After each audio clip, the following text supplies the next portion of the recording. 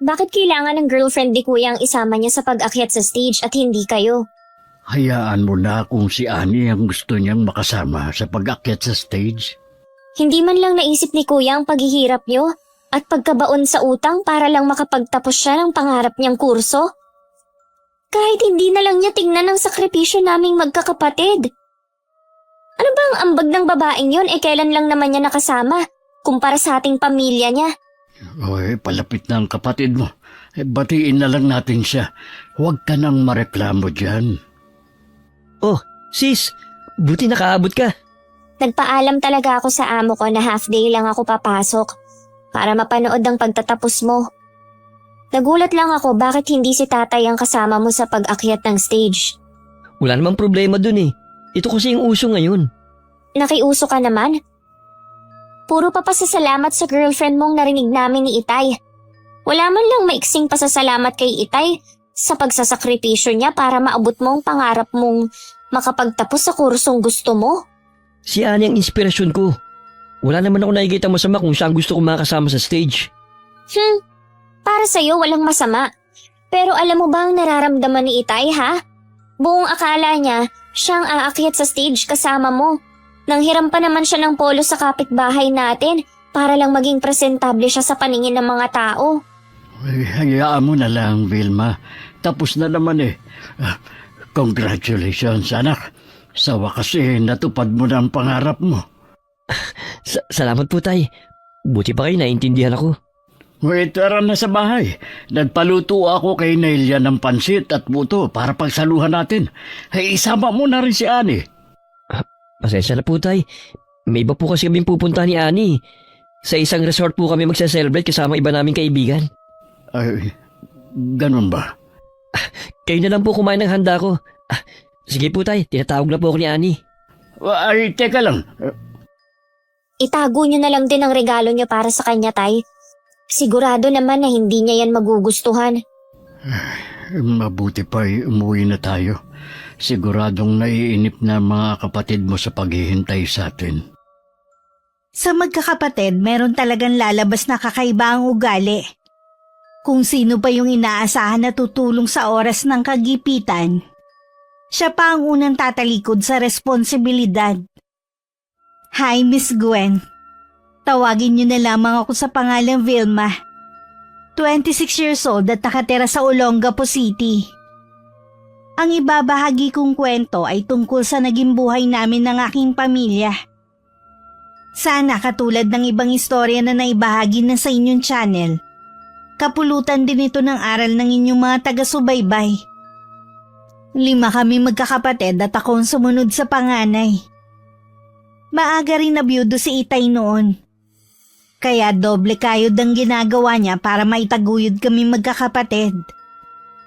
Simula pa lang mahirap na ang buhay namin. At umaasa kami na kapag nakapagtapos ng pag-aaral si Kuya Cyrus at magkaroon ng trabaho, kami naman ang tutulungan niya. Pero hindi namin inaasahan kapag nakagraduate siya, hindi niya tutuparin ang pangakong yun. Bakit kailangan mo pang umalis dito sa bahay natin? Tay, masyado po kasing malayo sa trabaho kung dito pa ako manggagaling. Saan ka tutuloy? Sa apartment po ni Ani. Malapit lang po yun sa trabaho ko. Mukhang nakapagdesisyon ka na. Sana lang dalawin mo kami dito ng mga kapatid mo. Opo naman.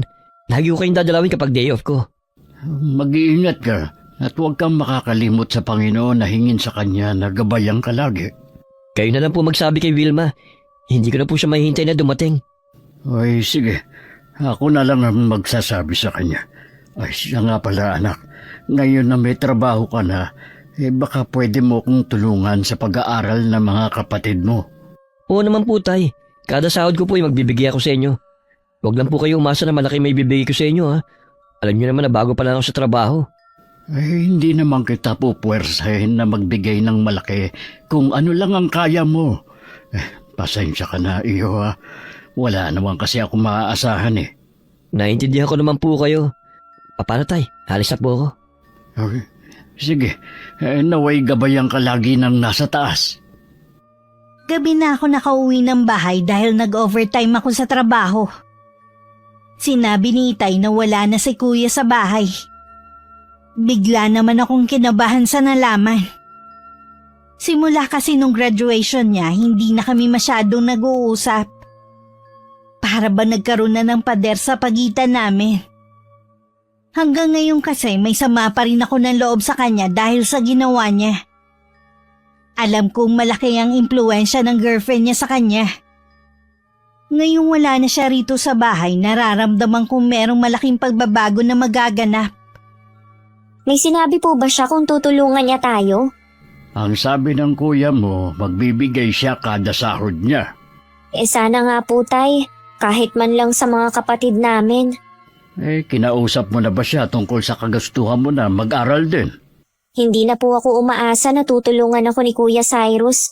Kagaya ng ginawa kong pagtulong sa kanya noon. Usapan nyo naman yun eh.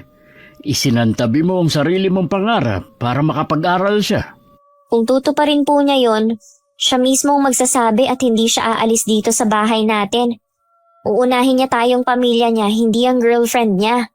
Masama pa rin ba ang loob mo dahil sa nangyari sa graduation niya? Mahirap po kasing makalimutan. At yung girlfriend para lang tayong hangin sa paningin niya. Hindi man lang tayo pinansin. Sumama din ang loob ko noon. Pero dahil anak ko siya, inintindi ko na lang. Atay, magpapahinga na po muna ako ah. Huwag na lang natin yan pag-usapan. Total wala na naman dito si Kuya. Dati gusto kong mag-aral. Kaya nagplano akong mag-working student para hindi na ako maging pabigat kay Itay. Hindi rin kasi sapat noon ang kita ni Itay para sa pag-aaral ni Kuya at sa pagkain namin. Si Kuya Cyrus naman kasi noon, ayaw pagsabayin ng pag-aaral at trabaho dahil sabi niya nakakapagod daw. Nang malaman niya ang plano ko, nakiusap siya sa akin na huwag ko munang ituloy ang pag-aaral ko. At siya muna ang tulungan ko. Pumayag naman ako bilang kapatid niya. Nangako naman kasi siya na tutulungan ako kapag siya naman na nagkatrabaho na. 1 buwan na rin mula nang umalis sa poder namin si Kuya Cyrus. Mula nga nun hindi pa siya nagpaparamdam sa amin. Isang hapon na umuwi ako ng maaga dahil walang OT sa trabaho ko. Naabutan ko si Itay na may kausap sa cellphone niya. Sabi ng sumunod sa akin, kuya daw namin yun. Ilang sandali lang natapos na rin ang pakikipag-usap ni Itay. Ano pong sabi ni Kuya Cyrus? Hindi raw muna siya makapagbibigay ngayong buwan sa atin. Bakit daw po? Kailangan daw niya kasi ng mga bagong damit para maayos siyang papasok sa trabaho. Nakakahiya naman daw na luma ang sinusuot niya lagi, kaya ibibili daw muna niya ng mga damit ang sahod niya. Atay, sa 1 linggo nga po pala sa sahod na ako. Ako na lang muna ang bahala sa mga kailangan ng mga kapatid ko. Akala ko ba'y mag-iipon ka na para makapasok ka na sa 1 taon? Hindi na po muna. Tutulungan ko muna kayo. Pasensya ka na anak kung hindi sapat ang kita ko sa pagkakarpentero ha. Katulad ngayon wala akong gawa. Siguro kailangan ko na rin maghanap ng ibang trabaho. Pwede naman po, huwag niyo lang puwersahin ang sarili niyo. Sana sa susunod makapagpadala na ang kuya mo. Sana nga po, Tay. Pero kung ako sa inyo, huwag kayong masyadong umasa para hindi kayo masaktan. May tiwala naman ako sa kuya mo. Maghintay lang tayo. Alam niyo po ba, nakausap ko sina Kuya Ron. Nakasalubong daw nila sina Kuya at girlfriend nito sa mall. Ang sabi niya, hindi daw sila pinansin nila Kuya. Para daw nag-iba na siya at ang taas ng tingin sa sarili. Huwag kang maniwala dun, Keron. Naiinggit lang yun sa kuya mo dahil hindi siya nakapagtapos. Gumagawa lang siya ng kwento. Mula pagkabata, magkaibigan at magkaklase na sila. Hindi naman siguro siya sisiraan ni Kuya Ron dahil wala naman silang pinag-awayan. Huwag kang makikinig lagi sa mga sinasabi ng ibang tao. Hindi tayo dapat nawawalan ng tiwala sa kapatid mo. Hindi na lang ako nakipagtalo pa kay Itay para hindi na humaba ang usapan tungkol kay Kuya. Siguro nai-stress na rin siya dahil sa mga sinasabi ng mga kapitbahay namin. Dati kasi pinagmamalaki niya na si Kuya mag-aahon sa amin sa kahirapan. Pero pagkatapos makakuha ng trabaho, iniwan na kaming pamilya niya. Matulin pang lumipas ang 3 buwan. Tuluyan nang nawalan ng trabaho si Itay. Ume-extra na lang siya kapag may mga trabahong malapit sa amin. Hindi naman ako nagrereklamo na nahihirapan na ako. Pero nakikita siguro sa mukha ko ang pagod. Hindi pa rin nagpapadala nun ng pera ang kapatid ko. Lingid sa akin, pinuntahan pala siya ni Itay sa apartment at tinutuluyan nila ng girlfriend niya. Tay, ano pong ginagawa niyo rito? Ay, pasensya ka na anak kung bigla akong pumunta dito nang wala man lang pasabi. Wala na naman akong magagawa eh. Nandito na kayo eh. Mabuti na lang wala ngayon si Annie. Nagsasama na ba kayo ng girlfriend mo? Hindi po, tay. Umuwi pa rin siya sa bahay nila. Dumadalaw lang siya rito. Natural, dahil kanya naman tong apartment eh. Meron din ba siyang trabaho? Meron at mas malaki ang sahod niya kumpara sa akin. Bakit yun naitanong? Naitanong ko lang naman. Kasi baka ako dahil sa kanya kaya hindi ka makapagbigay sa mga kapatid mo. Pasensya na po, tay. Malit pa lang kasi ang sahod ko eh. Pinagkakasya ko lang sa mga pangangailangan ko. Wala na kasi akong regular na trabaho eh. Nahihirapan na rin si Vilma sa pagtaguyod sa iba niyo pang kapatid. Ay nako, puro na lang reklamo si Vilma imbis na tumulong na lang eh. Hindi naman nagre-reklamo ang kapatid mo. Kaya lang yung nakikita ko na sa kanya ang pagod. Binaliwala na nga niya ang pangarap na makapag-aral pa siya. Sabi nga niya, hindi na siya umaasa na tutulungan mo siya na makapag-aral. Hindi ko naman kasi obligasyon na pag-aralin siya at iba pa naming kapatid. Pero tinulungan ka ng kapatid mo noon. Isinantabi niya ang sariling pangarap para matupad mo ang sayo. Huwag na po natin pag-usapan pa yan. Ito ang pera. Yan lang muna. Pakiusap lang. Huwag na kayong pupunta rito. Ayaw ko sinani na may ibang taong pumupunta rito sa apartment eh. Hindi pa nga kayo mag-asawa under ka na niya. Hindi naman po sa ganun. Sana naman, dalawin mo kami sa bahay. Namimiss ka ng mga kapatid mo. Sa day off ko po pupunta ako sa atin. Gusto pa sanang makiinom ni Itay ng tubig dahil nauuhaw siya nun pero tiniis na lang niya. Dahil sa nakikita kay kuya.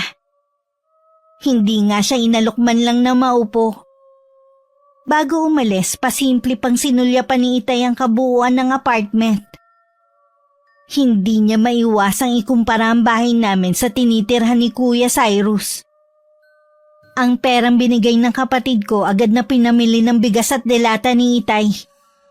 Para pambaon ng mga kapatid ko sa eskwelahan. Nakapag-extra po ba kayo, Tay? Kaya nakabili kayo ng bigas at delata? Dapat nga meron. Kaya lang hindi pa daw kailangan ng helper. Huwag niyo pong sabihin na inutang niyo yan. Hindi anak. Alam mo naman na hindi na muna tayo pinapayagan na mangutang sa tindahan. Galing ako sa apartment ng kuya mo. Galing sa kanya ang perang pinambili ko. Mabuti po nagbigay siya. Oo nga eh. Ang ganda pala ng tinitira ng kapatid mo ngayon. Kaya po siguro mas pinili niyang doon tumira. Mas bagay nga sa kanya dahil titulado na siya. Hindi naman siguro yun ang dahilan ng kapatid mo. Hanggang kailan po ba kayo magbubulag-bulagan sa ginagawa ni Kuya Cyrus sa atin? Kinalimutan na niya ang mga pangako niya. Huwag mo munang husgahan ang kuya mo. Bigyan muna natin siya ng pagkakataon na umangat. Nag-uumpisa pa lang naman siya. Huwag nating hayaan na tayo pang hihila sa kanya pababa. Tama po kayo, Tay. Pasensya na kayo kung ganito ang inasal ko, Nahihirapan na rin kasi ako sa kalagayan natin eh. Lalo na kapag nakikita ko ang mga kapatid ko. Konting tiis pa. Naniniwala ako na kuya mo ang mag-aahon sa atin sa kahirapan. Kahit hindi na lang po yun. Tulungan na lang sana niya kahit sa baon ng mga kapatid namin. May natira pa naman sa ibinigay ng kuya mo. May 1 linggo pa na babaunin ng mga kapatid mo. Naging nakakapagod man at nakakainip ang bawat araw na dumaraan, patuloy pa rin akong lumalaban ng patas. Hindi ako nawawalan ng pag-asa na balang araw magbabago rin ang takbo ng buhay ng pamilya ko. Yun nga lang hindi ko pa alam kung paano at kung kailan. Wala na naman akong uti ng araw na yun. Kaya naisip kong maglakad-lakad muna sa pinakamalapit na mall sa amin. Kapag gusto kong mag-isip, ganun ang ginagawa ko. Ang naglalakad-lakad. Hindi ko lang akalain na isa sa mga restaurant doon makikita ko si Kuya at ang girlfriend niyang si Annie. Hindi ko alam kung anong pumasok sa utak ko at nilapitan sila. Vilma? Anong ginagawa mo rito? Pauwi na kasi ako nang makita ko kayo dito ni Ate Annie. Kaya lumapit ako. Magkikita kasi kami rito ng mga kaibigan ko eh. Pasensya ka na kung hindi kita maimbita na sumabay kumain sa amin ha. Huwag kang mag-alala kuya. Wala naman akong balak na makisalo sa inyo eh. Gusto lang sana kitang makausap kung okay lang. Wala pa kasi akong pera ngayon eh. Kung hihingi ka sa akin. Itatanong ko lang sana kung may balak ka pang tuparin ang pangako mo sa akin noon. Anong pangako? Nakiusap si Kuya Cyrus na wag muna akong mag-aral noon at magtrabaho ako para masuportahan siya imbis na sarili ko ang suportahan ko. Hindi daw niya kasi kayang pagsabayin ang trabaho at pag-aaral. Os, talaga? Ang alam ko, kaya nakatapos ang kapatid mo dahil working student siya. Ni isa sa inyo walang sumuporta sa kanya. Halos magkasakit na nga siya noon eh at nabaon sa utang para lang mairaos niya ang pag-aaral. Ilang beses na nga siyang sumuko noon pero ako ang nagpapalakas ng loob niya. Kaya ba ikaw ang kasamang umakyat sa stage ni Kuya? Tama lang na ako ang kasama niya dahil ako ang naging inspirasyon niya.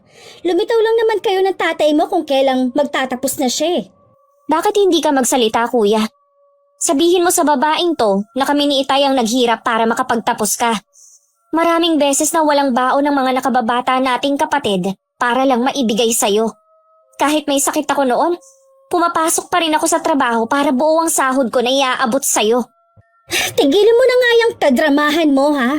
Huwag mong sirain ang career ng kapatid mo sa pamamagitan ng paghila pababa sa kanya. Wala naman akong balak na hilahin si Kuya pababa.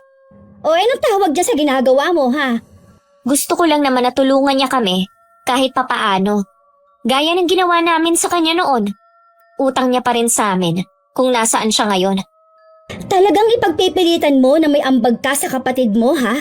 Ako ang saksi sa lahat ng paghihirap niya. Katunayan nga niyan, umuutang pa siya sa akin para lang may panggasto siya sa pag-aaral dahil napupunta pa sa inyong sarili niyang kinikita. Kaya sa akin siya may utang na loob, hindi sa inyo. Puro kasinungalingan lang ang kinukwento sa'yo ni Kuya Cyrus para maawa ka sa kanya. Pwede ba Vilma? Huwag mo akong ipahiya sa harap ni Annie. Tama lang naman na ipahiya ka. Kung ano-ano palang kasinungalingan ang sinasabi mo sa kanya. Anong klase kang anak para pasamain ang ama natin sa ibang tao? Para magmukha kang mabait, ha? Umalis ka na kung ayaw mong hilahin kita palabas dito. Hindi mo na kailangang gawin yan. Nasabi ko na rin naman ang dapat kong sabihin. Ikaw, Annie, hindi mo pa lubos na kilala ang kapatid ko. Baka pagsisihan mo kung bakit naniwala ka sa kadramahan niya. At ikaw, Kuya, may karma ka rin sa mga ginawa mo. Masama ang loob na lumabas ako ng restaurant na yun. Hindi ko na pinansin ang mga kakaibang sulyap sa akin ng ibang kumakain doon. Ngayon malinaw na sa akin ang lahat kung bakit parang hangin lang kami sa paningin ni Annie. Hindi man lang niya pinapansin ang tatay namin. Yun pala puro kasinungalingan ng kinikwento sa kanya ni Kuya Cyrus. Tama ka nga mahal. Magaling magdrama ang kapatid mo. Mabuti na lang sinabi mo kaagad sa akin para maging handa ako. Sabi ko nga sa'yo nakakapagod din ang kadramahan nila. Kaya lang, hindi ko pa rin sila matiis na hindi abutan. Lalo na yung mga nakababata akong kapatid.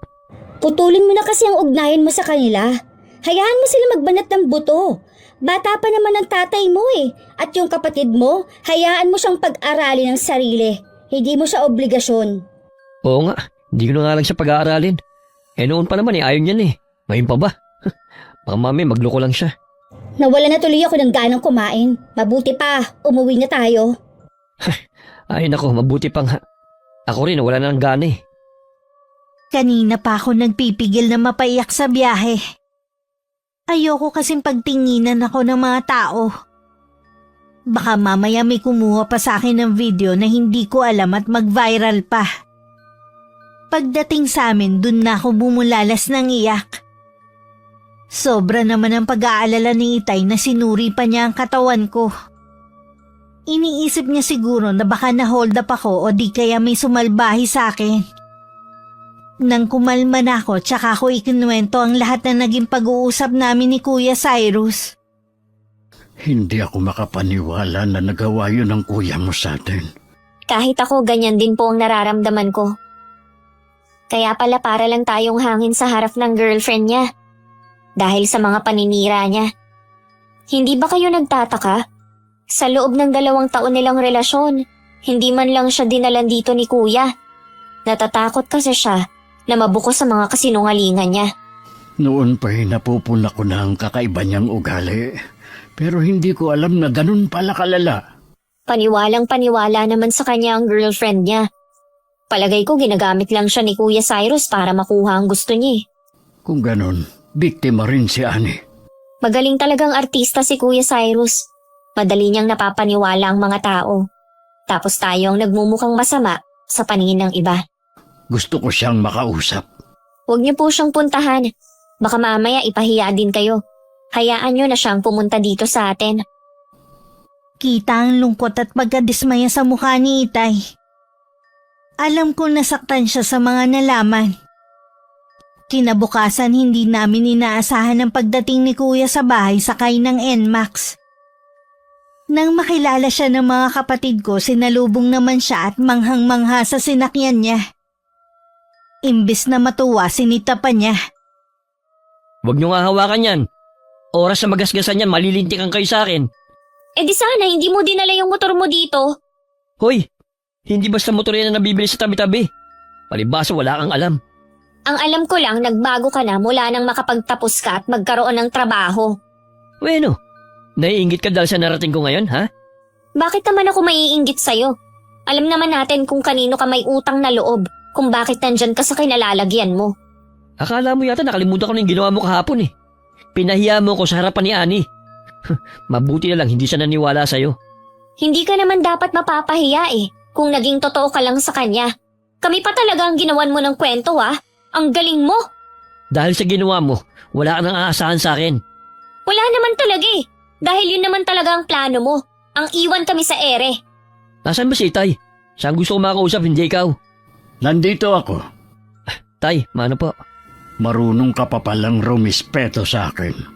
O baka dahil may mga nakatingin na mga kapitbahay. Mabuti pa, dito tayo sa loob ng bahay mag-usap.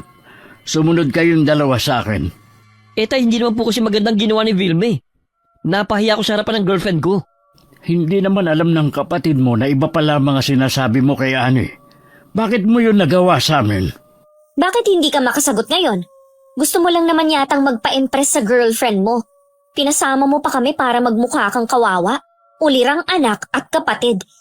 Ni hindi ka nga makapaglaban ng sarili mong damit Tapos palalabasin mo na kinakawawa ka namin? Tumigil ka na nga. Kundi susungal nga rin kayong bibig mo. Sige, gawin mo! Yan naman talaga ang tunay mong kulay. Dumalaw ka lang ba rito para awayin ang kapatid mo? Ha?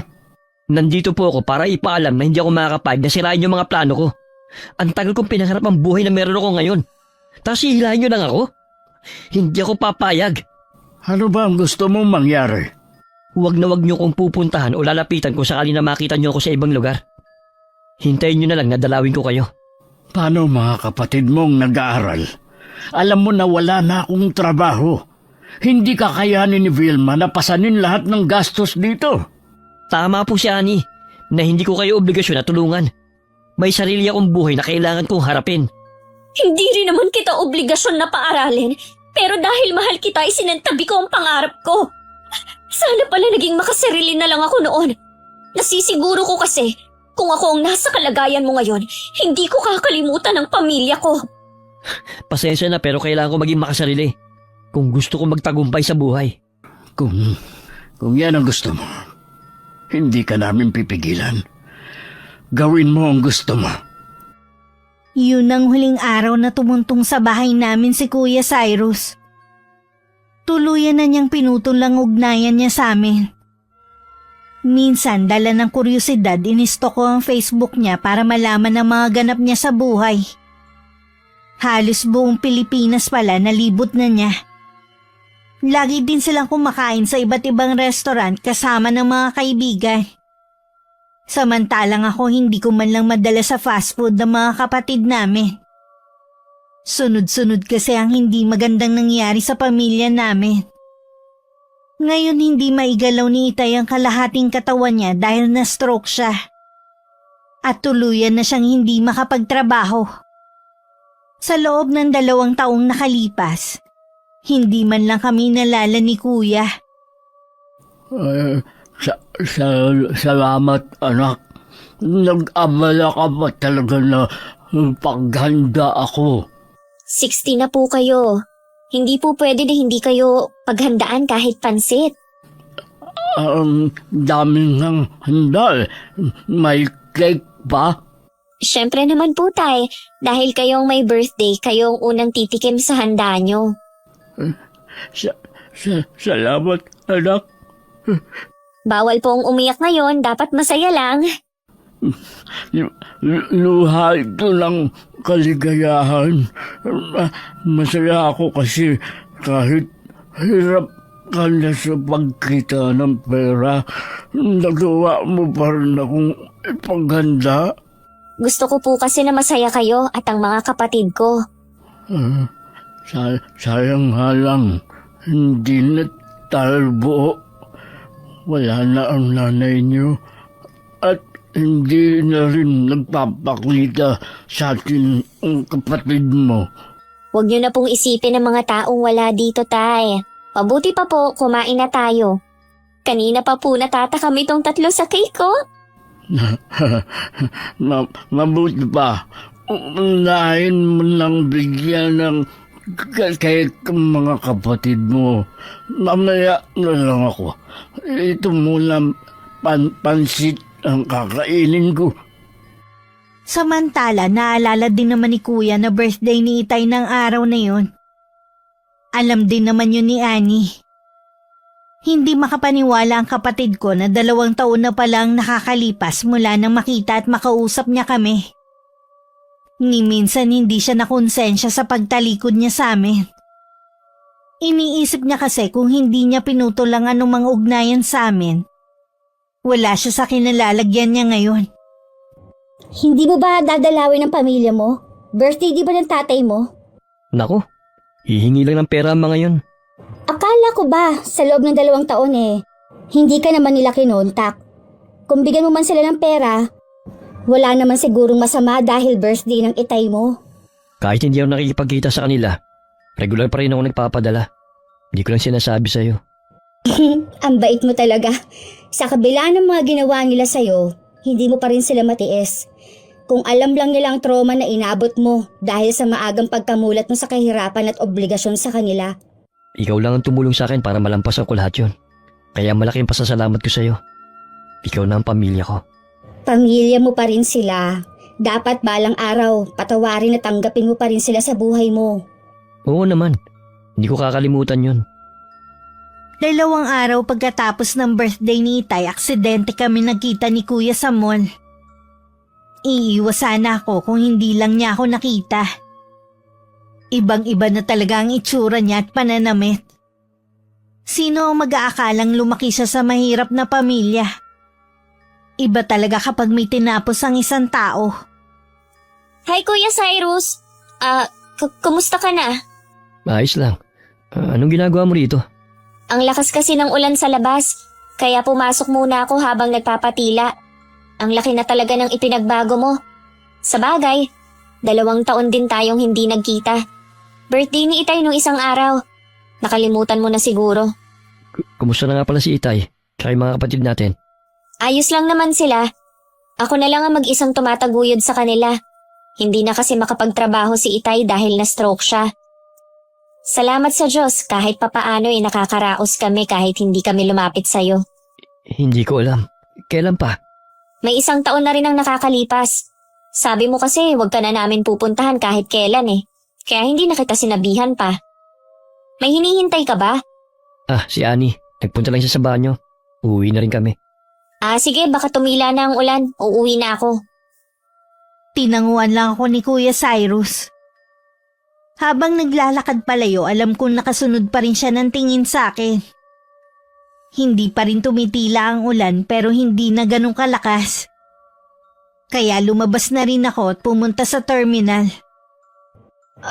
Akala ko ba sa loob ng 2 taon, regular ka nagpapadala sa kanila? Ani, kanina ka pa ba dyan? Sapat lang para marinig kong pinag-usapan ninyo ng kapatid mo. Nagkakamali ka na narinig mo. Ano na naman kaya ang iimbentohin mong kwento laban sa kapatid mo? Okay, sige. Aaminin ko na sa'yo na pinutol ko na ang ugnayan ko sa kanila. Iyon naman kasi ang gusto nila eh. Ilang beses ako nagpapaabot ng tulong sa kanila. Pero sila yung tumatanggi. Gusto kasi nila buong sahod ko. Pwede ba yun? Paano naman yung mga nalaman ko kanina sa trabaho mo? Ang dami mong hindi magaganda na sinasabi laban sa akin. Nakalimutan mo na yata na nandun ang pinsan kong si Marife. Siya ang mga mata ko sa ginagawa mo sa trabaho mo. Huwag kang maniwala kay Marife. Sinisira lang ako ng pinsan mo dahil naungusan ko na siya sa trabaho. Mas paniniwala mo ba siya kaysa sa akin? Na ilang taon mo nang kasama sa iisang bubong? Sana nga nagsasabi ka ng totoo para paniwalaan ko pa ang mga sinasabi mo. Dapat akong paniwalaan mo. Lahat naman ginawa ko para sa'yo at sa relasyon natin Ginawa kitang reyna ng buhay ko. Huwag mo sanang paniwalaan ng iba para lang magkasira tayo. O sige, naniniwala na ako. Mabuti pa, umuwi na tayo. Tumila na naman na ang ulan Hindi alam ng kapatid ko, unti-unti nang namumulat ang mga mata ni Annie.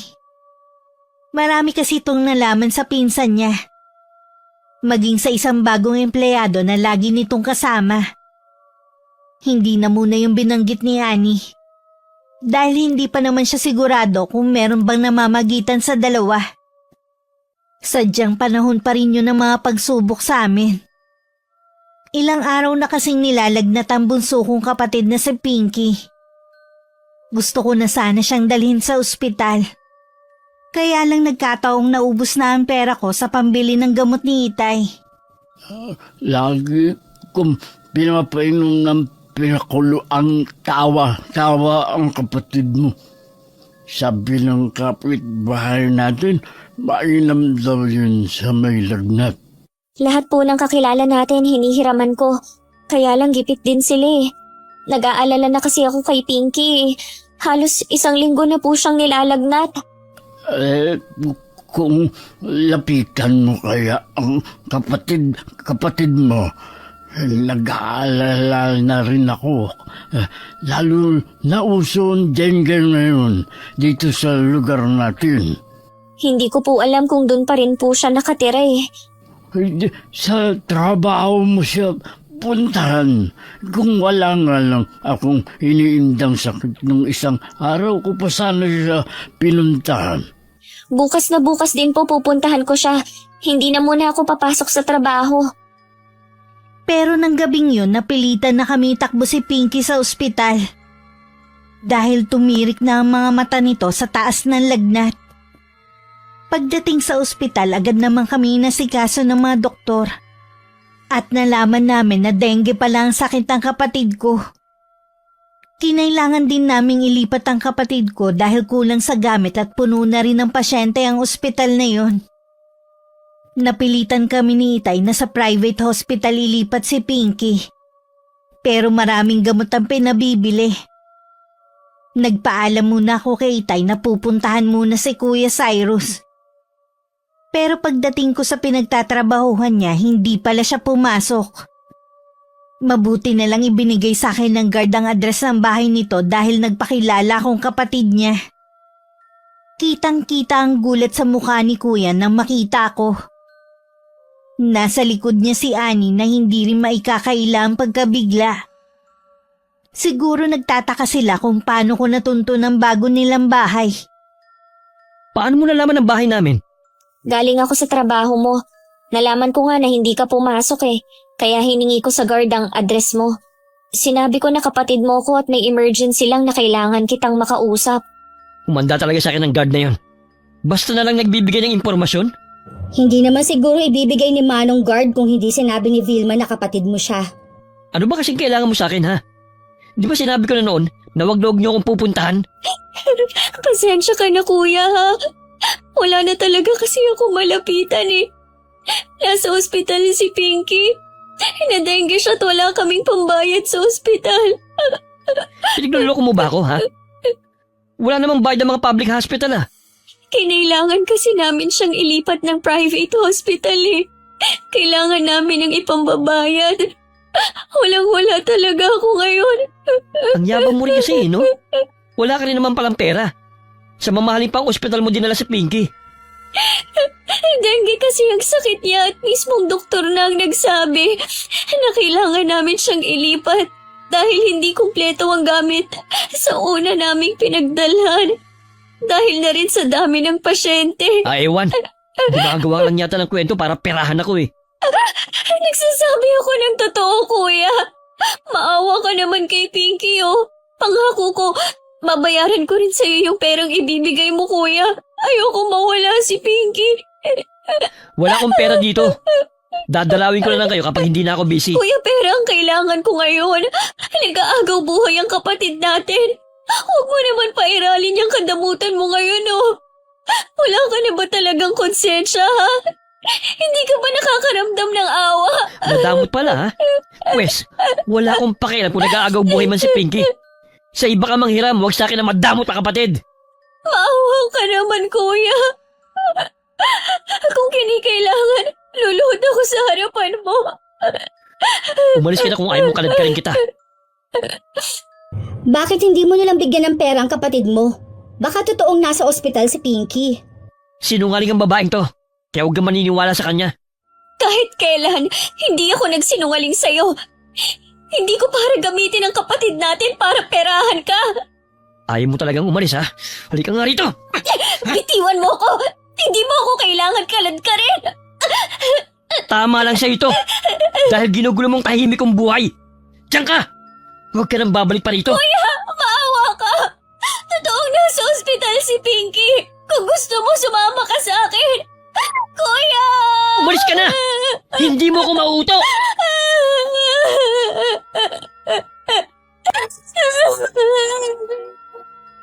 Halos mamaos na ako sa kakatawag kay kuya pero hindi na niya ako pinansin. Naiwan ako sa labas ng gate na iyak na lang ng iyak. Wala akong nagawa kundi umalis at takot na bumalik ng ospital. Dapat sumama ka na lang sa kanya sa ospital para malaman mo kung nagsasabi siya ng totoo. Mag-aaksaya lang ako ng oras. Palagay ko, desperada na ang kapatid mong makahingi ng tulong. Kita sa kanya ang pagod at takot. Magaling talagang umarte yun. Kita mo nga, nadadala ka sa pag-iyak niya.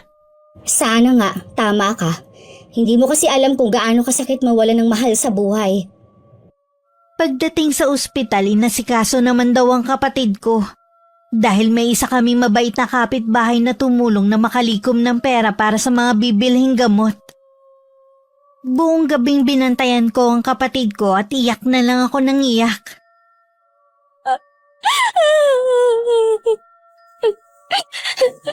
Pinky, huwag mo kaming iiwan, ha?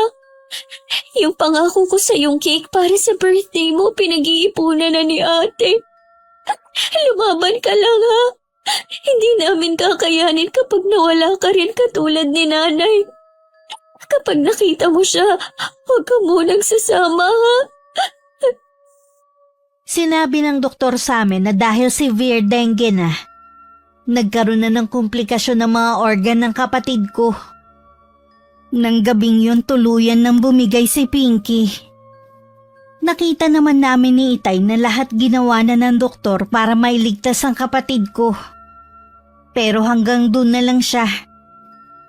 2 araw nang nakaburo lang kapatid ko sa bahay namin, hindi pa rin ako makausap ng maayos.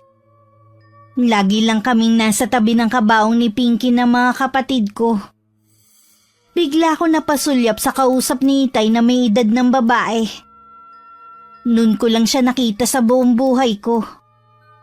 Kilala ko kasi lahat ng kaibigan ni Itay. Alam ko na sobrang sakit ang nangyari sa atin. Hindi ko alam kung kaya bang paghilumin ng panahon ng pagkawala ni Pinky sa atin. Kasalanan ko kung bakit maagang nawala sa atin si Pinky. Sana naagapan natin siya, Tay. Huwag mong sisihin ang sarili mo. hindi yan magugustuhan ng kapatid mo. Wala namang may gusto sa nangyari sa kanya. Alam niya na ginawa mo lahat para mabuhay siya. Pero hindi naging sapat. Kulang pa ang ginawa ko. Lalo lang bibigat ng sa dibdib mo kung ganyan lagi ang isipin mo. Ako at mga kapatid mo, nakita namin lahat ng sakripisyo na ginawa mo. Hindi ka nagkulang. Sobra-sobra pa nga ang nagawa mo. Mula nung mamatay ang nanay ninyo, ikaw na ang tumayong pangalawang ina ng mga kapatid mo. Hindi matatawaran ng kahit anong material sa mundo. Pinky!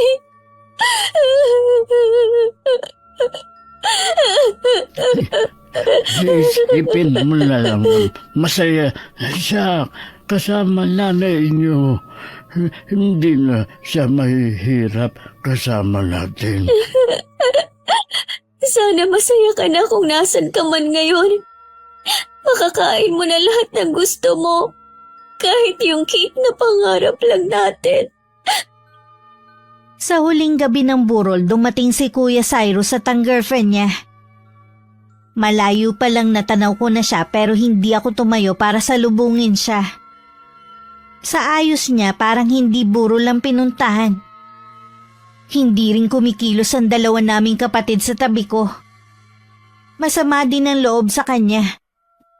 Imbis na sa kabaw ng kapatid namin sila lumapit, kay tatay sila dumiretso na nakaupo malapit lang sa amin. Kaya dinig ko rin ang pinag-uusapan nila.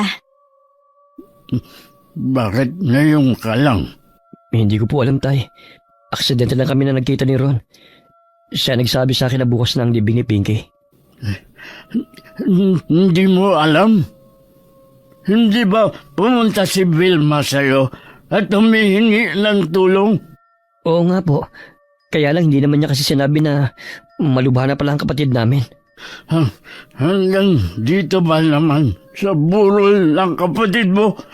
Magsisinungaling ka pa rin. Wala ka na ba talagang kahihiyan? Tay, may dala po akong pera dito. Malaking tulong din po ito sa inyo. Hindi namin kailangan ng pera mo! Isaksak mo yan sa baga mo! Akala ko ba kailangan mo ng pera? Nung buhay pa si Pinky at nasa ospital siya, hindi mo ba nakikita? Nasa kabaong na siya. Hindi na niya kailangan ng pera mo. Umalis ka na at huwag ka nang babalik dito kahit kailan. Wala kaming kapatid na kasing sama at damot mo. Wala kang karapatan na paalisin ako. Kapatid ko rin si Pinky. At gusto ko rin siya makasama sa huling sandali. Ngayon pa kung kailan malamig na bangkay na siya? Sana noon pang nabubuhay siya. Ilang beses kanyang hinahanap pero kahit kailan, hindi ka nagpakita sa kanya. Kahit man lang sana sa mahalagang okasyon sa buhay niya. Umalis ka na. Respeto mo ang pagdadalamhati namin ng mga kapatid mo. Sobra naman kayong magsalita. Nandito ako para tumulong sa gastusin sa pagpapalibing kay Pinky at sa naiwan yung bayarin sa ospital. Hindi na namin kailangan. Hindi mo kami obligasyon, di ba? Huwag mo nang alalahanin pa yun. Kami na bahala sa mga naiwan na gastusin. Kayo na nga itong tinutulungan, kayo pa ang nagmamalaki. Ayaw lang namin magkaroon ng utang na loob sa iyo. Sige, kung yan ang gusto nyo. Hayaan nyo sana masilip ko ang kabaong ni Pinky bago kami umalis. Hinayaan na namin siya ni Itay na malapitan ng kabaong ni Pinky at masilip ito sa huling sandali. Nakatingin ako kay Kuya kaya hindi nakaligtas sa akin ng biglang pamumutla ng mukha niya at panlalaki ng mga mata. Napaatras din siya ng ilang hakbang bago dahan-dahang lumayo hanggang makaalis sila ni Annie. Lumapit naman ako sa kabaong ni Pinky at pinagmasdan ng maamo nitong muka. Siguro tinakot mo siya, no? Tama lang. Para kahit papano makaganti ka sa kuya natin. Kahit kailan talaga. Napakaduwag niyang tao. Hanggang makauwi, tahimik lang si Kuya Cyrus. Kapansin-pansin din ang pagkabalisa niya. Malikot din kasi ang mga mata niya. Sa bahay na rin siya kinausap ng girlfriend tungkol sa pagpunta nila sa burol ni Pinky. Kanina ka pa tahimik dyan Ano ba dapat ang maging reaksyon ko? Alam mo na galing tayo sa lamay. Sasama ba tayo sa libing bukas? Hindi na siguro. Ayaw naman nila akong makasama eh. Ipinagtabuyan nga nila tayo kanina eh. Intindihin mo na lang ang nararamdaman nila. Hindi madali ang mamatayan. Bakit? Hindi ba ako kasama sa namatayan? Nagluluksa din naman ako Hindi halata sa'yo. Mas mahalaga sa'yo na makita ng mga tao doon ang ibibigay mong pera. Hindi nga nila tinanggap, di ba? Sila pa yung nagmamalaki. Mas gusto pa nilang mabaon sa utang kaysa tanggapin ang ibinibigay ko sa kanila. Kasalanan mo rin naman kasi. Nagpunta na dito si Vilma pero hindi mo man lang siya tinulungan. Malay ko ba naman na nagsasabi siya ng totoo? Noon pa, nagsasabi na siya ng totoo. Tapos ako hindi? Kanina, habang abala ka sa pakikipagtalo, nakausap ko ang ilan sa mga tao nandun. Alam ko na ang lahat. Ang sakripisyo ng kapatid mo at tatay mo para lang makapag-aral ka. Samantalang ikaw noon, pag-aaral lang ang iniintindi. Tapos, hindi mo man lang masuklian ang ginawa nila sa'yo. Huwag kang maniwala sa kanila. Sinisira lang ako ng mga yon dahil naiingit sila. Ako nakasama mo at hindi mo naman sila kilala. Dapat lang na sa akin kang maniwala. Mabuti pa, matulog na tayo. Maaga pa ang pasok natin bukas sa trabaho. Nakahiga na nun si Annie at binabalikan sa isip ang mga natuklasan tungkol sa kapatid ko nang marinig niya ang malakas na sigaw ni Kuya Cyrus. Agad siyang tumayo at lumabas ng kwarto nila. Nakita niya ang kapatid kong nakaupo sa sahig na parang natumba at may tinuturo. Patay ka na! Nakita kita sa kabaong kanina! Patay ka na! Patahimikin mo na ako, Pinky! Wala akong kasalanan sa pagkamatay mo! Ano bang nangyayari sa'yo? Wala naman akong nakikita sa pader na itinuturo mo. Nandito kanina si Pinky. Nakita ko siya. Sa'yo na rin ang galing na nasa loob na siya ng kabaong, kaya paano siya mapupunta dito? Hindi ko alam. Basta nandiyan siya kanina. Nakatayo at galit ang tingin niya sa akin. Hindi kaya ginugulo ka na ng konsensya mo kaya nakikita mo si Pinky? Bakit siya magpapakita sa akin wala naman akong kasalanan sa kanya? Sa sakit siya namatay. Tumayo ka na nga lang dyan. Para kang bata na nakasalampak pa sa sahig. Mabilis namang tumayo si Kuya Cyrus at saka sumunod sa girlfriend niya. Naiiling na lang sa kanya si Annie. Sa pagdaan kasi ng mga araw, unti-unti na niyang nakikilala ang kapatid ko. Kinabukasan naging madamdamin at punong-puno ng pagdadalamhati ang paghahatid namin sa huling hantungan kay Pinky.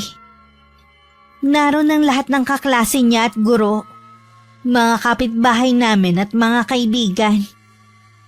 Naroon din ang babaeng nakita kong kausap ni Itay. Habang ibinababa ang kabaong ng kapatid ko, maririnig ang iyakan sa paligid. Nang tinatabunan na ang kabaong, tsaka ko lang inihagis ang hawak kong bulaklak. Sa paglipas ng mga araw, palungkot na ng palungkot ang bahay dahil sa pagkawala ni Pinky. Kahit sang sulok kasi ako tumingin, nakikita ko siya at naririnig ko rin ang matinis niyang tawa.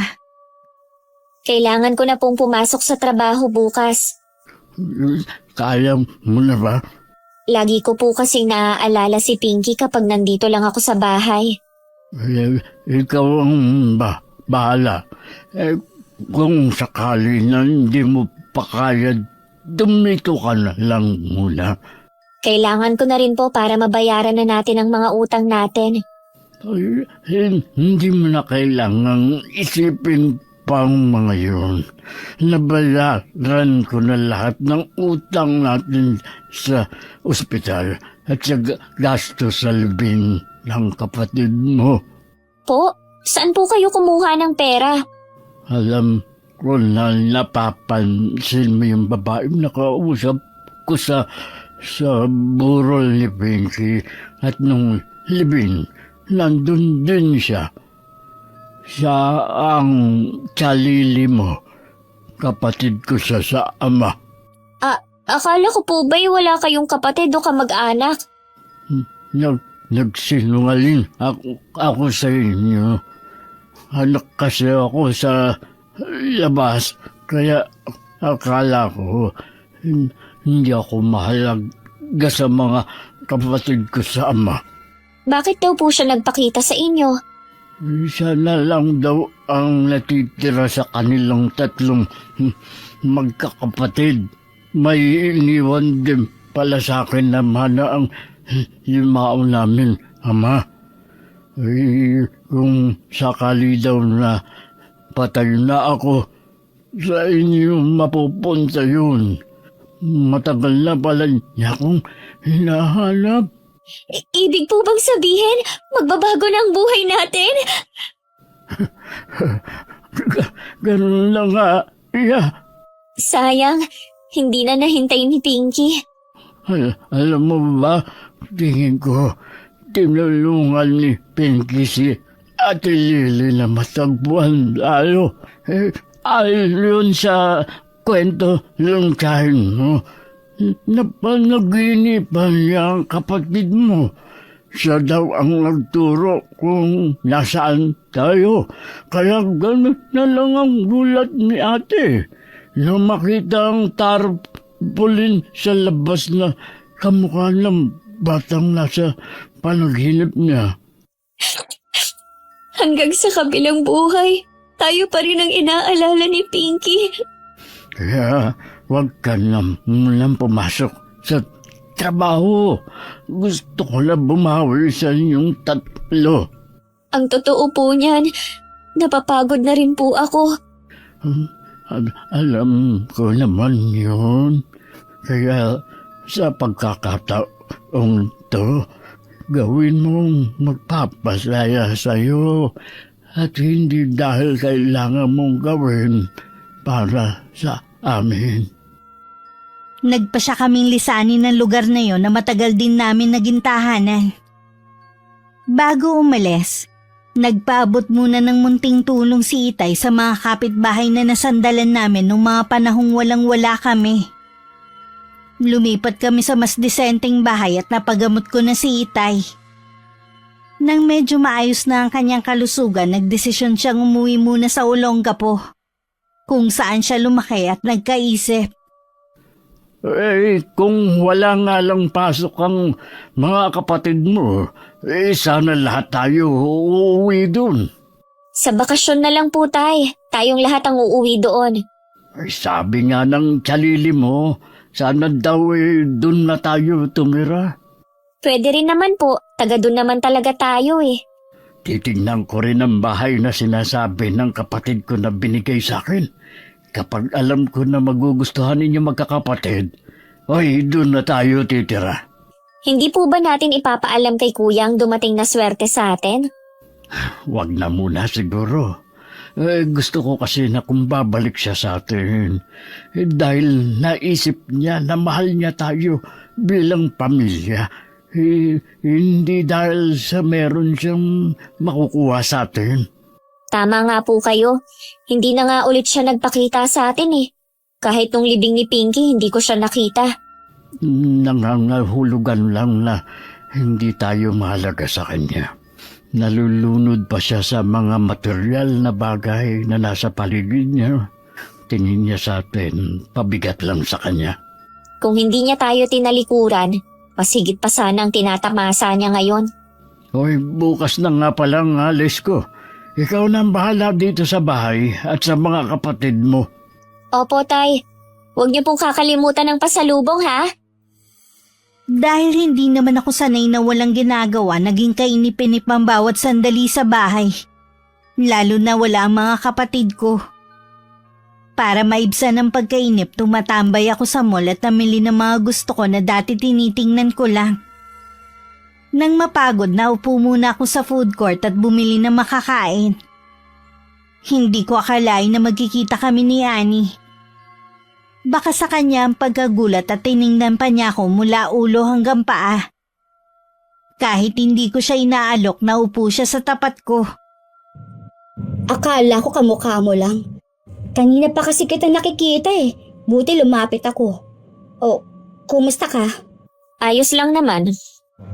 Parang nag-ibang itsura mo. Ang ibig kong sabihin, mas lalo kang gumanda. Mas lumutang ang ganda mo sa suot mo. Kasama mo ba si Kuya Cyrus? Nasa trabaho pa siya eh. Mamaya pa kami magkikita. Ano nga palang ginagawa mo dito? Naiinip kasi ako sa bahay eh, kaya naisip ko na tumambay muna dito. Namili na rin ako.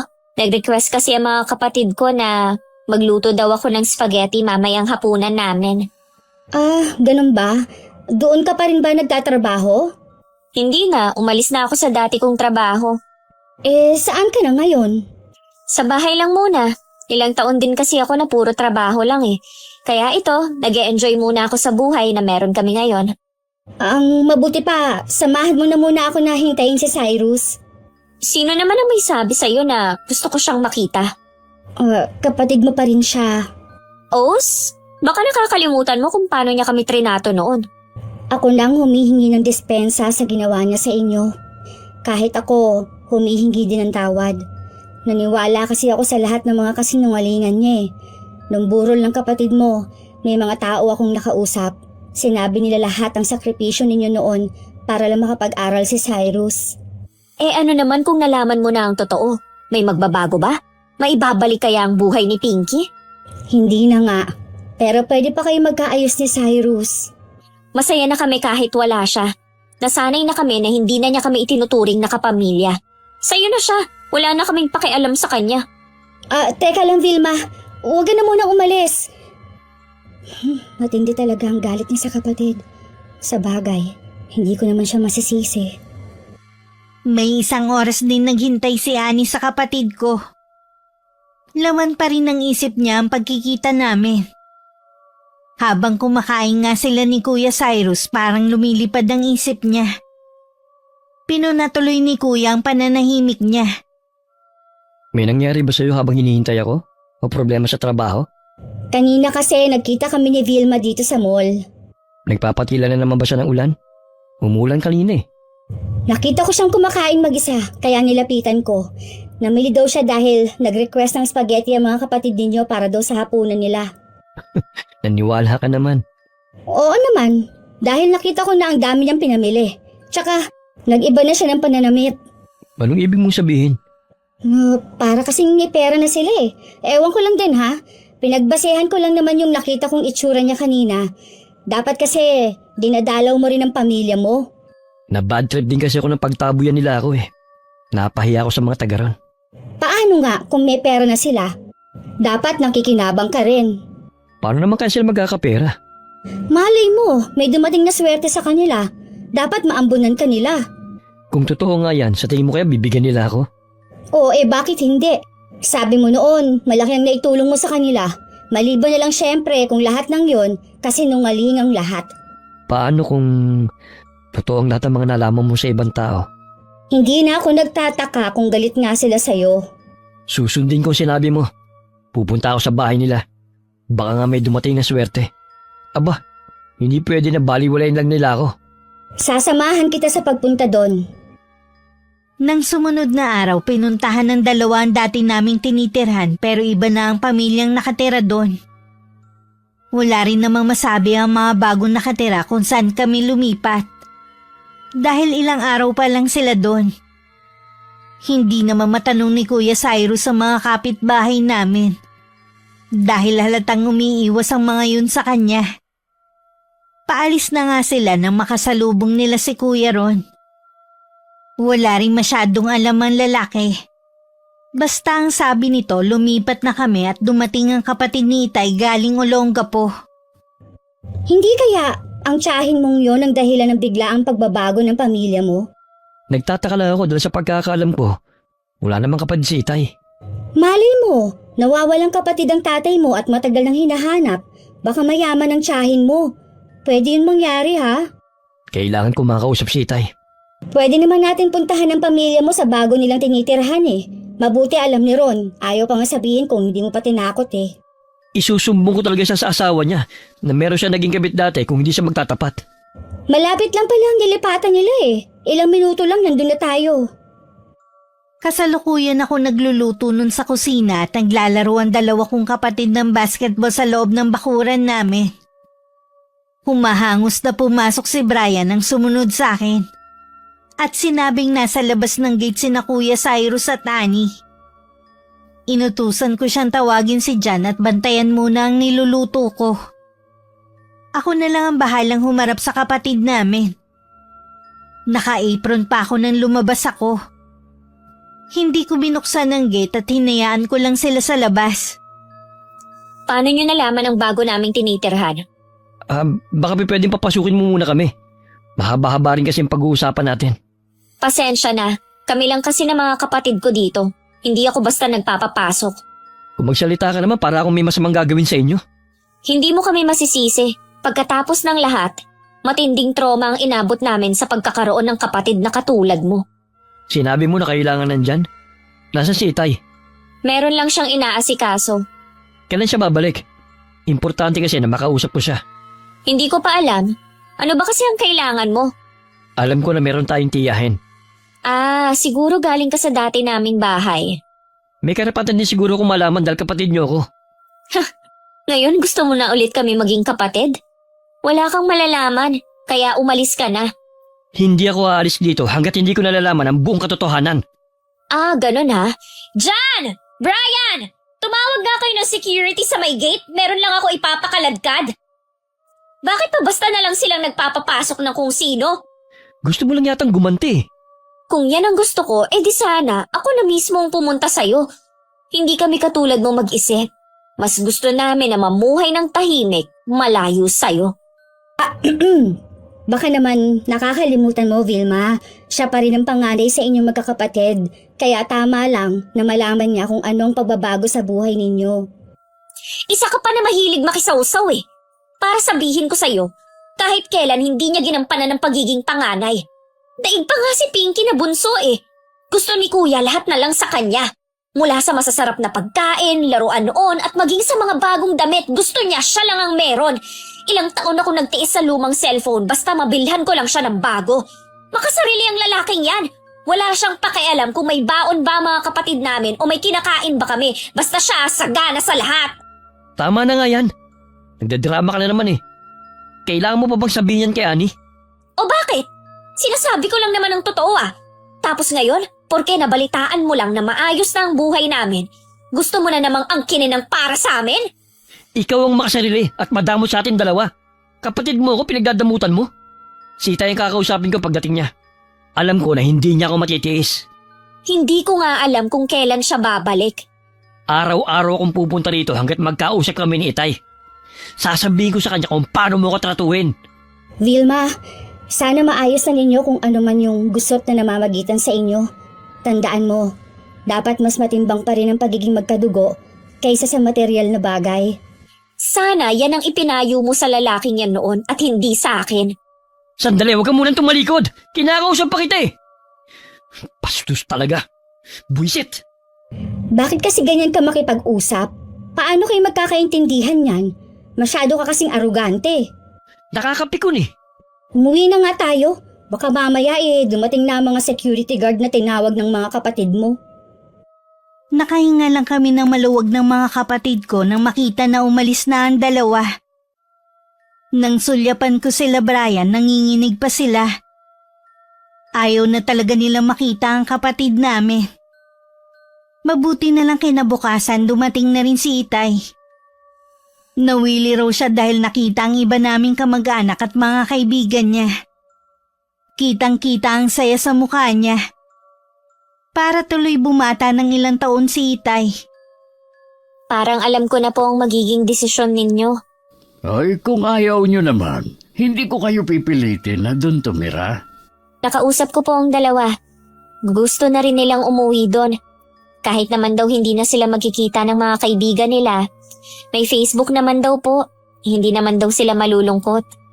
Sabi nga ng tsalili nyo, siya na daw ang bahala sa pagpaparenovate sa bahay na titira natin doon. Ilang buwan na lang naman po bakasyon na. Konting panahon na lang ang hihintayin natin. Hoy, kumusta naman kayo dito habang wala ako? Ayos naman po. Tay, pumunta pala dito si Kuya. Alam na niya ang tungkol kay Tia Lily. Hindi ko alam kung sinong nagturo sa kanya dito sa bago nating tinitirhan. Babalik daw siya para kausapin kayo. Lagi naman akong nakahanda sa paghaharap namin. Imbis na magpakumbaba siya, ang yabang pa rin niya. Akala mo kung sino siyang superior na ipipilit ang pagiging panganay na hindi nga niya ginampanan eh.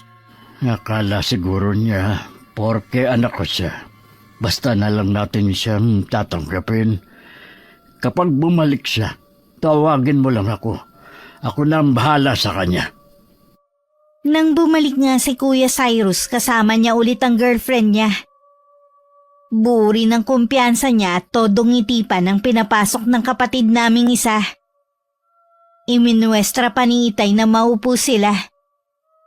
Kami namang tatlo magkakatabi na tahimik lang sa isang sulok. Ang ganda po ng inuupahan nyo kumpara sa tinitirhan namin. Dapat bumili na tayo ng bagong bahay. Mahirap kasing umuupi. Wala akong balak na bumili ng bahay dito. Uuwi na lang kami ng mga kapatid mo sa Olongapo. Baka naman pwede nyo ikwento kung paano kayo nagkaroon ng kapatid. Kapatid ko sa ama ang tsalili nyo. Anak ako sa labas ng tatay namin. Ah, ganun po ba? Totoo po bang mayaman siya? Oo, at may nakuha rin akong mana mula sa aming ama. Pero hindi yun ang gusto kong pag-usapan natin. Makikiusap sana ako sa iyo. Natigilan mo ng panggugulo sa amin ng mga kapatid mo. Hindi naman po ako nanggugulo eh. Si Vilma nga kontratuhin ako parang masamang tao. Biruin nyo, hindi niya kami pinapasok ni Annie. Sa dami kasi ng mga ginawa mo, hindi mo sila masisisi na gano'n na maging tingin nila sa iyo. Tay, pati ba naman kayo? Hiniling mo sa amin noon, natigilan ka na namin. Huwag ka naming hilahin pababa. Sinunod namin ang gusto mo. Sa loob ng 2 taon, hindi ka namin ginambala. Nagkasakit ako, hindi kami lumapit sa iyo. Humingi lang kami ng tulong sa iyo nung magkasakit si Pinky pero ano? Anong ginawa mo? Tinalikuran mo kami. Tapos na po yun, kalimutan na natin yun. Magsimula po ulit tayo. Ganyan pa rin kaya ang sasabihin mo kung sakaling nasa mahirap pa rin kaming sitwasyon. Huwag niyo naman pong gawin sa akin to. Maawa naman kayo. Nakatapos ka na at may magandang trabaho. Hindi na siguro ako masamang ama sa'yo. Kung ano mang meron ako, ipaubaya mo na sa mga kapatid mo. Huwag mo nang hangarin pa. Sigurado naman na malayo pa ang mararating mo. Kahit anong pagmamakawa ni Kuya sa tatay namin, hindi na tinag ang desisyon ni Itay. Walang nagawa kundi laylay ang balikat na umalis sa bahay namin. Nakita ko pang tumulo ang luha niya habang palabas ng pinto. Kilala ko po si Kuya Cyrus. Sigurado na meron siyang gagawin. Hindi po yun papayag na malamangan. Alam ko, nakahanda naman ako sa gagawin niya laban sa atin. Matatahimik lang po tayo kapag nakauwi na tayo ng Olongapo. Gaya ng iniisip namin ni Itay, hindi ganun kadaling matatanggap ni Kuya ang kabiguan. Na wala siyang makukuha sa parte ng pera ng tatay namin. Nabalitaan na lang namin na kumuha siya ng abogado para ipaglaban ng sinasabi niyang karapatan. Pero hindi kinatigan ang pinaglalaban niya na lalong nagpagalit sa kanya. Narinig mo naman siguro ang paliwanag ng abogado. Wala kang laban. Nasa tatay mo na kung gusto ka niyang pamanahan. Tanggapin mo na lang siguro, natalo ka na. Ano? Hahayaan ko lang yung mga kapatid ko na magpasasa sa pera ng tatay namin? Tama naman ang tatay mo eh. Nakatapos ka at may magandang trabaho. Mag-focus ka na lang sa career mo. Hindi ko rin magagawa yan. Dahil ang isip ko nasa pamilya ko. Wala ka na ngang magagawa kung nagmamatigas ang Itay mo. Kita mo nga, lumipat na naman sila ng bahay kaiiwas sa'yo. Eh di pupuntahan ko yung 2 kong kapatid sa pinapasukan nilang eskwelahan. Maawa ka naman sa kanila. Baka nakakalimutan mo, mga menor edad sila. Gusto mo bang makasuhan ha? Ikaw ang makukulong sa ginagawa mo eh. Tulungan mo na lang kasi ako mag-isip ng paraan. Wala na ngang ibang paraan kundi ang magbago ng isip ang tatay mo. Napakadamot nila sa akin. Pagkatapos ng lahat ng ginawa ko para sa kanila.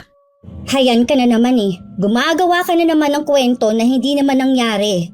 Kahit kailan wala kang ginawa sa kanila para maiahon mo sila sa hirap. Sila ang maraming tulong na ginawa sa'yo. Pagkatapos mo silang gatasan, iniwan mo na lang silang basta. Ikaw ang madamot. Gusto mo sa'yo na lang lahat eh. Magbabago na ako. Magiging mabuting anak na ako at kapatid sa kanila. Huli na ang lahat. Hindi na rin sila maniniwala sa bait-baitan mo.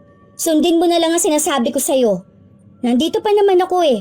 Tayo na lang ang pamilya dito.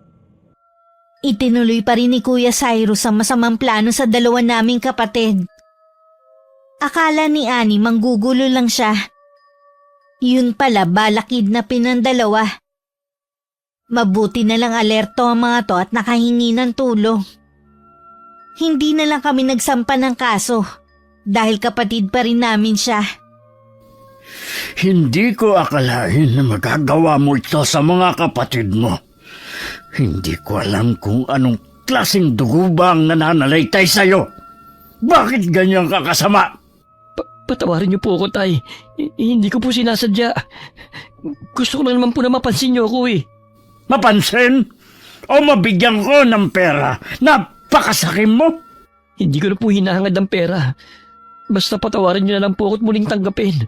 Hindi na kita mapapatawad pa. Kung tatanggapin uli kita bilang anak ko, baka malagay lang uli sa panganib ang buhay ng mga kapatid mo. Hindi ko na alam kung anong tumatakbo sa isipan mo dahil lang sa pagiging sakim mo. Si tatay na mismo ang pumutol sa ugnayan namin kay Kuya Cyrus. Alam kong nasasaktan siya. Pero si Kuya naman ang dahilan ng kaguluhan sa pamilya namin. Tama nga po siguro ang sinasabi nila. Sa isang pamilya ay merong ipapanganak na black sheep at si kuya yon. Iniisip ko pa rin kung saan ba ako nagkulang sa paggabay sa kuya niyo. Bakit siya naligaw ng landas? Ganun na po siguro ang ugali ni kuya. Hindi na siya magbabago kahit kailan. Tayo na lang pong lumayo para hindi mapahamak sa kamay niya. Oo, anak. Tayo na nga lang. Hindi ko na talaga mapapatawad ang kuya. Oras na may masama na namang mangyari sa inyo. Ayos lang ako. Haba pa ang buhay ko. Gusto ko pang makita ang tagumpay niyo ng mga anak ko. Natahimik lang ang buhay namin nung nakauwi na kami ng Olongapo. Mula nun wala na kaming balita kay Kuya. Hindi na rin ako nagpatuloy sa pag-aaral. Para kasing nalipasan na ako ng panahon. Naniniwala naman kasi ko na ang tagumpay ng tao ay hindi lang sa pagkakaroon ng diploma, kundi sa diskarte rin sa buhay. Nagtayo na lang ako ng maliit na negosyo katuwang si Itay.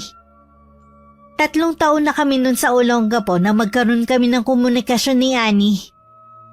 Kahit hindi ako nagtatanong, kinukwento niya kung ano nangyayari kay Kuya.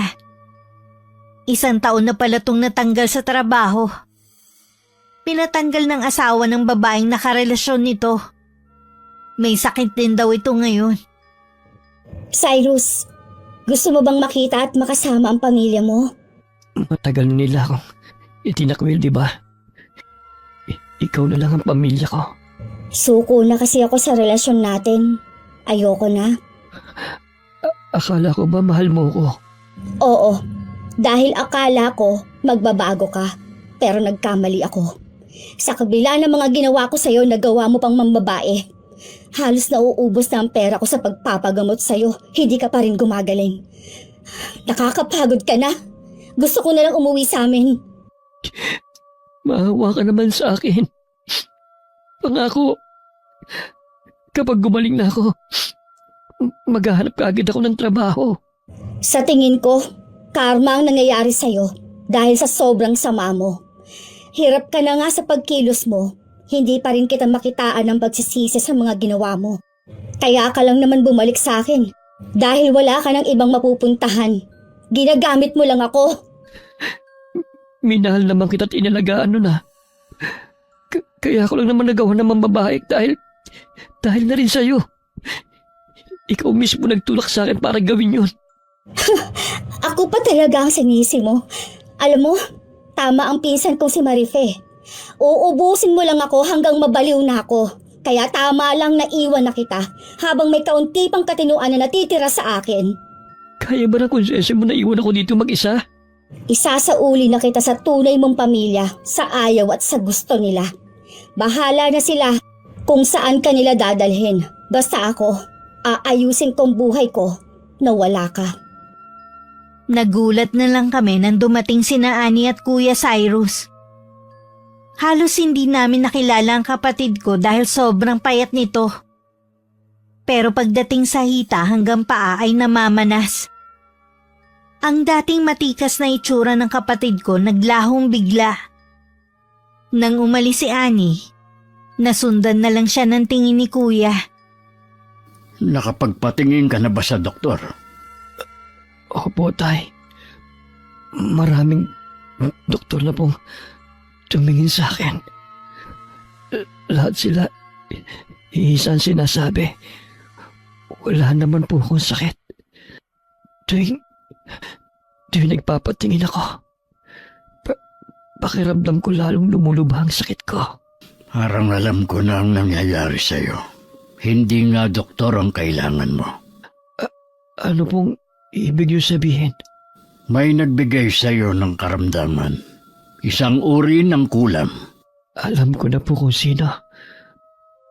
Baka po yung asawa ng nakarelasyon ko.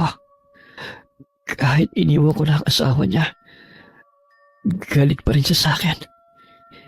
Hindi rin mawawala ang galit niya. Hanggat hindi ako nagiging abo.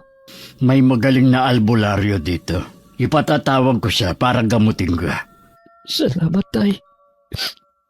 Tinanggap niyo pa rin ako at ipapagamot pa. Walang magulang na makakatiis sa anak. Sana lang pagkatapos mong malampasan ang pagsubok na ito sa buhay mo, magbago ka na.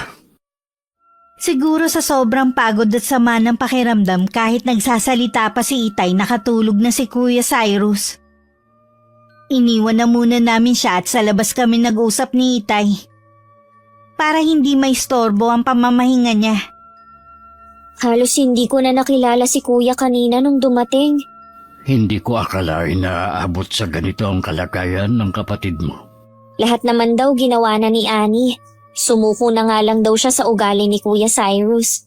Tingin daw niya hindi na to magbabago eh. Sana lang hindi niya iniwan sa ganitong kalagayan ng kapatid mo. Naubos na rin daw po kasi ang pera niya.